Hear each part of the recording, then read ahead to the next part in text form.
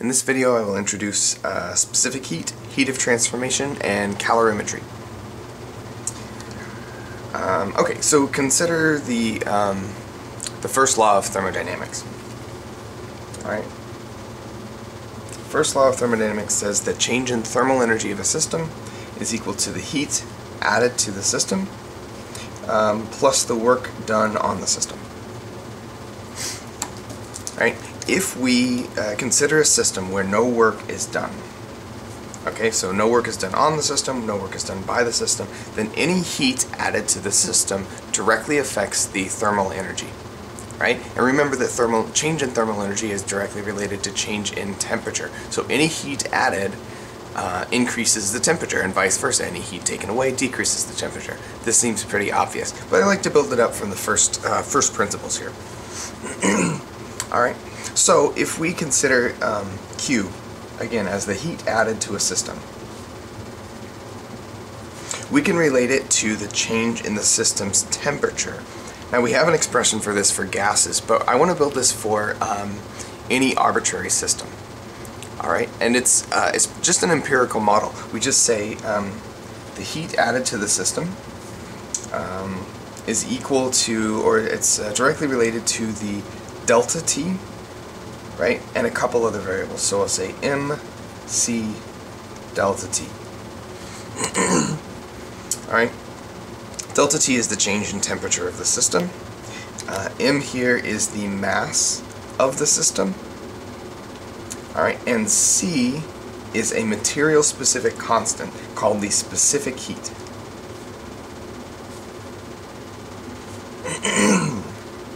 Alright, specific heat is what governs, for different materials, how much heat it takes to increase the temperature of that thing by, let's say, 1 degree. This is why, partially why, in a microwave, when you microwave your dinner in the microwave,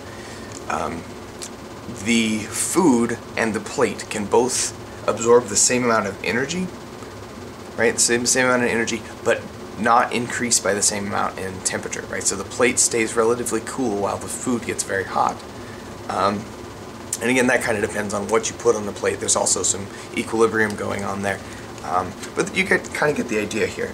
So the unit here for specific heat, we can figure this out from the units of the things around it, right? We want to end up with joules, so that's going to be the numerator. And we need to get rid of kilograms and Kelvin. Alright, so specific heats are joules per kilogram Kelvin. And there's a table in the text of these for some random materials. Not really random, but for a variety of materials. Right, so lead is a very low specific heat, meaning it doesn't take much heat to increase the temperature by quite a bit. Moving up, we have aluminum. It's about 9 times as large. We have ice, and water ice, because there could be other kinds of ice. Right, anything that's frozen is technically ice. But water ice is 2,000, right? Whereas liquid water is 4,000. Alright, so what does that mean? A high specific heat means you can absorb a lot of energy, heat energy, and not increase in temperature very much. Alright, so it leads to a very temperature stable system for heat entering or leaving the system. That's why it's a good thing for our bodies to contain a lot of water. And in fact, you see here the mammalian body is on that order, right? It's a little lower because you're not all water, but you are mostly water. Alright, so you can see this for a variety of materials, and that will be useful when we do problems with these. Alright, so let's consider another example. Another process.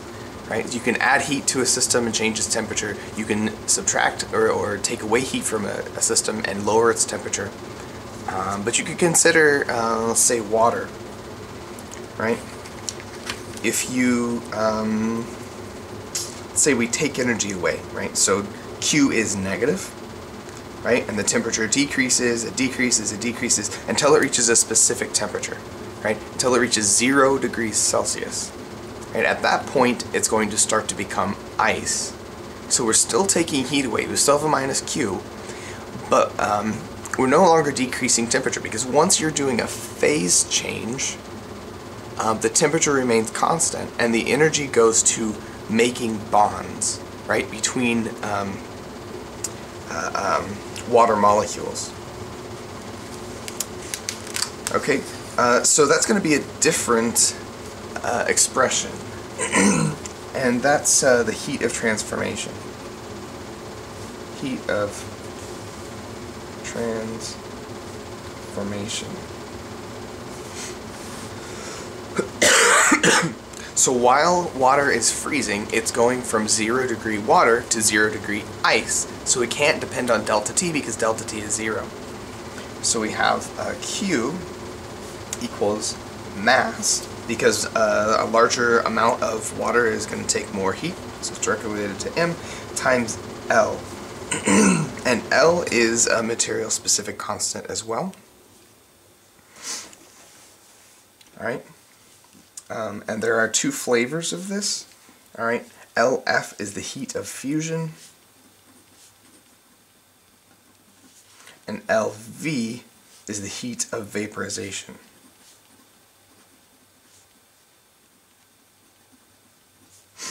Right? Because you can make water into ice, but you could also make water into steam. Alright, and they have different energies associated with them. Alright, it's useful to note here that the unit for either of these is, well, we can figure it out from the equation. It's making kilograms into joules, right? So it must be joules per kilogram. Right, so there's one thing missing here. If we go from liquid water to water ice, as they call it, we're taking heat away, right? So that should be a minus sign, and we should use LF. If we're going the opposite direction, if we're taking ice and making it liquid water, this should be a positive sign, and it's still LF. Alright, it's tempting to say, well, this is for freezing. Well, yeah, but thawing is the same process, just in reverse. So the only thing that should change is the sign. And then once we're going to a different phase change, right, then it's a different constant here. So the thing I should add is a plus or minus. Recall, I didn't have a plus or minus in this term because the sign was taken care of with delta T, right? If Q is positive, delta T was positive, Q is negative, delta T was negative, and I didn't need to put anything here. But in this case, I do need to decide explicitly if heat is being added or heat is taken away. Alright. So let's do a simple example. Well, rather, let me give you some examples of these first. So for water, it freezes at a specific temperature, and the heat of fusion, right, or the this constant of fusion is 3.33 times 10 to the 5 joules per kilogram. Right, so this is the amount of energy it takes to freeze or thaw. Rather, it's the amount it takes to thaw 1 kilogram of ice, or it's the amount you have to take out to freeze 1 kilogram of ice. And then it's at 100 C, that 1 kilogram of water would become steam, right? So it takes 22.6 times 10 to the 5 joules to make that steam. And also, if you make that steam into water again, so you're condensing the water, you would get this energy back. Right? And you can see you can do this for any number of things. For they have alcohol and mercury and lead and nitrogen. These all happen at different temperatures. Often we're thinking about water, but you could do this with other variables or other materials. Okay, so let's do a simple example.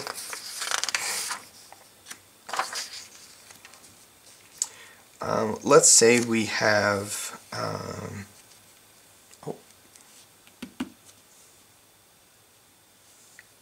come on, come back, come back. There. Hopefully that wasn't fuzzy for too long. Let's say we have, I don't know, 100 grams of ice. And let's say we have that at minus 10 degrees Celsius. Alright, so the question is, how much heat is required to completely melt the ice?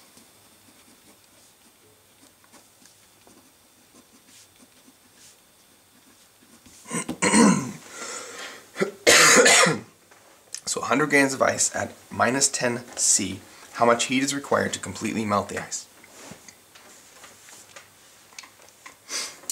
Well, we got to think about what we need to do. So ice at minus 10 degrees Celsius, which is totally possible, right? We can make ice as cold as we want, or as cold as we have the ability to, right? You can't make water as cold as you want to without modifying it. You could add some salt and change the freezing point, but for pure water, once you get to 0, it's going to become ice. But for ice, you can get as cold as you want. So the first thing we have to do is, let's label it as Q1. We have to warm the ice to what? To the temperature where it's going to thaw, so to 0 C, right? But once it's there, it's still ice. It takes more energy, Q2, to melt the ice, right? So we actually have to do two things to completely melt this ice. Alright, so we can say the total would be Q1 plus Q2. We could write expressions for these. So warming the ice is a delta T. So that's MC delta T. So Q, we'll say Q total, Q net equals Q1 plus Q2. And that's M times C times delta T. Specifically, it's the mass of the ice times C for ice times delta T, plus, once we're melting the ice, it's M times L. Alright, and this is melting, so it's like the reverse of fusion, so it's still L fusion. Right? So still mass of the ice times the heat of fusion. And to melt ice, we have to add heat, so this is a positive sign. Right? Remember from our expression on this page, we had to choose a sign as plus or minus.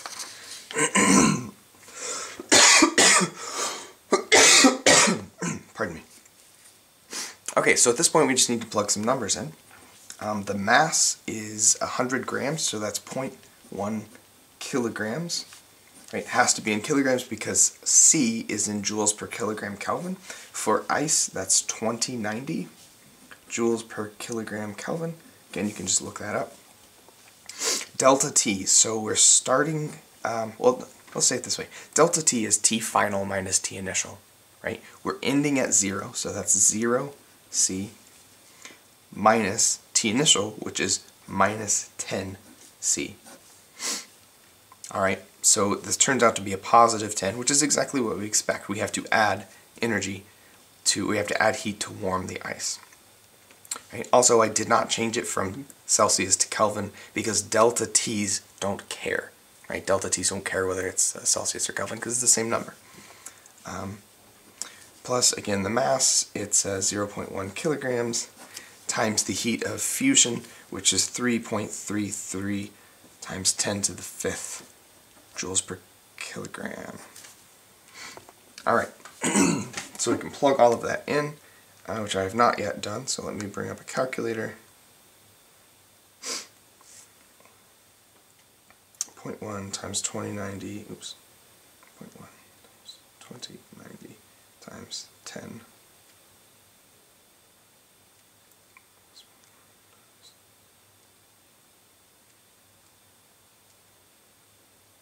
Let's do them separately so we can compare them, right? So 0.1 times 20, well, okay, that was stupid to plug in. This is 10 times 0.1 is 1, so it's 2090 joules, right? Oh, I don't need a calculator for this. So 3.33 times 10 to the 5th times 10 to the minus 1, right, is 3.33 times 10 to the 4th. So that's 3.33 times 10 to the 4th joules. Alright, so clearly the dominating factor here is the phase change rather than changing the temperature by 10 degrees. Right? Because this is 10 to the 3, but this is 10 to the 4. This is an order of magnitude bigger, right? So if you add these two together, what would you get? 3, 5, 3, 9. Is that right? 3.33 E4 plus 20, 90. 3, 5, 3, 9, yeah. 3, 5, 3, 9, 0 joules. Right? So that's why we add ice to our drinks rather than water, because it would take way more water at 0C than it would ice at 0C. Right? Because the phase change is what gives us most of this heat. Or rather, takes away most of the heat in that case. Okay, so there's another thing we can do with heat. Right? It has to do with if we put objects in an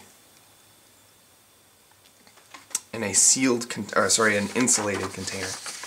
So what do we mean by insulated? Well, insulated means that you can't have any heat exchange with the outside.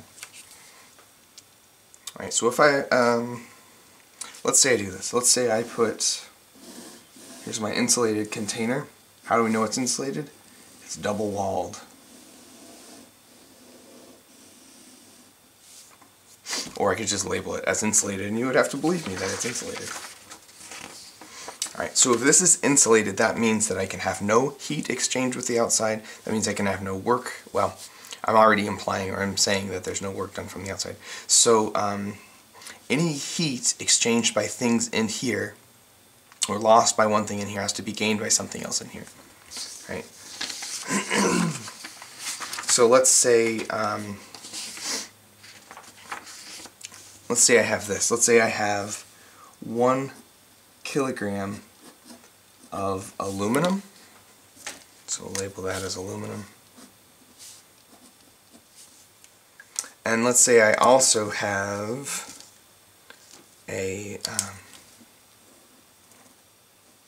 let's say I put this 1 kilogram of aluminum into a liter of water. So you need a vessel for that. So this is 1 liter of water. Alright, specifically, let's say this is cold water, and this is a hot chunk of aluminum. Okay, so I have some cold water in a, let's say it's a cooler, right? Some kind of cooler. And I want to cool this aluminum in that hot water. Right, so the aluminum is going to cool down, and the water is going to heat up. My question is, what temperature does this reach, right? It's going to exchange heat until it's at equilibrium. What is that equilibrium temperature?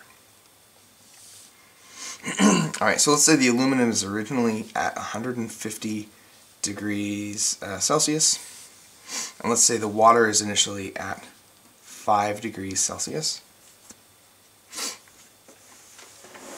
Right, and here's the crux of this. If you can't have any heat exchange from the outside, then any heat lost by this is gained by this. And what I can say is that Q1, well, let's define it this way. Q1 we'll call the cooling aluminum to the equilibrium temperature, and Q2 is warming the water, H2O, to the equilibrium temperature. Right, and Q1 plus Q2 is 0. Right? The aluminum Q is going to be negative, the water Q is going to be positive. When we add them, that's 0. Okay? This type of problem, when we say the sum of Q's is 0, is called calorimetry.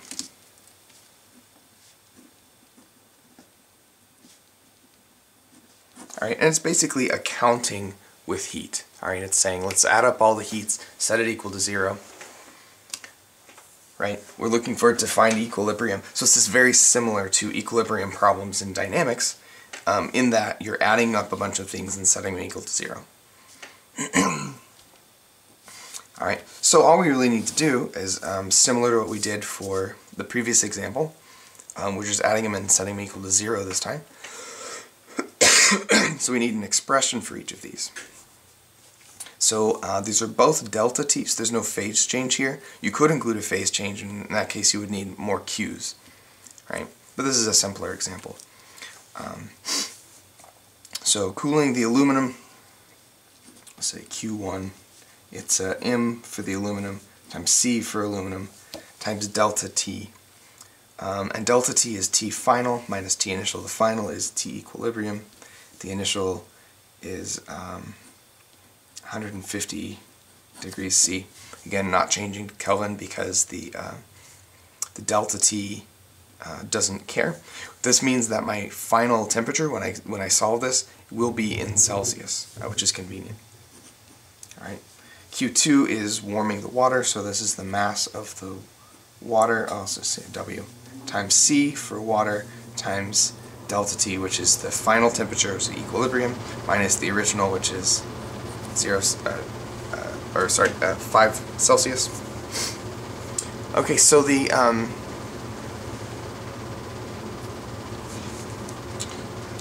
I haven't put any signs in here explicitly, but again, the delta T's are going to give me that. T equilibrium is somewhere between 5 and 150, right? Just your intuition should tell you that. All right, so this delta T is negative, this delta T is positive, and when I add them, I really should get the possibility of finding 0, right? So if one's positive, one's negative, there's a chance they'll equal 0. And we're going to find that equilibrium temperature where they do sum to 0. Okay, so let's just plug some numbers in for those. We'll do this Q1 plus Q2 equals 0. The mass of aluminum, I said it was 1 kilogram. For aluminum, you can look up in the table in the book, it's 900 joules per kilogram Kelvin times the equilibrium temperature minus 150 plus 1 liter of water. So if you remember the density of water, you can just multiply by that. But a liter is not the SI unit. But if you remember that 1 milliliter of water is 1 gram, right? The density of water is 1 gram per milliliter or per cubic centimeter. 1,000 of those would be 1 kilogram, right? So 1 liter of water is actually 1 kilogram. And if you don't believe me, you can do the math and prove it to yourself. So then the heat capacity of water, you can look this up again, it's 4190 joules per kilogram Kelvin times the equilibrium temperature minus 5 degrees C equals 0. Okay, so from here it's a little bit of algebra, which is a little involved, just because there's so much stuff floating around. Alright, but once the dust settles, if you do the algebra and the dust settles, what you'll find is the equilibrium temperature is 30.6 degrees Celsius.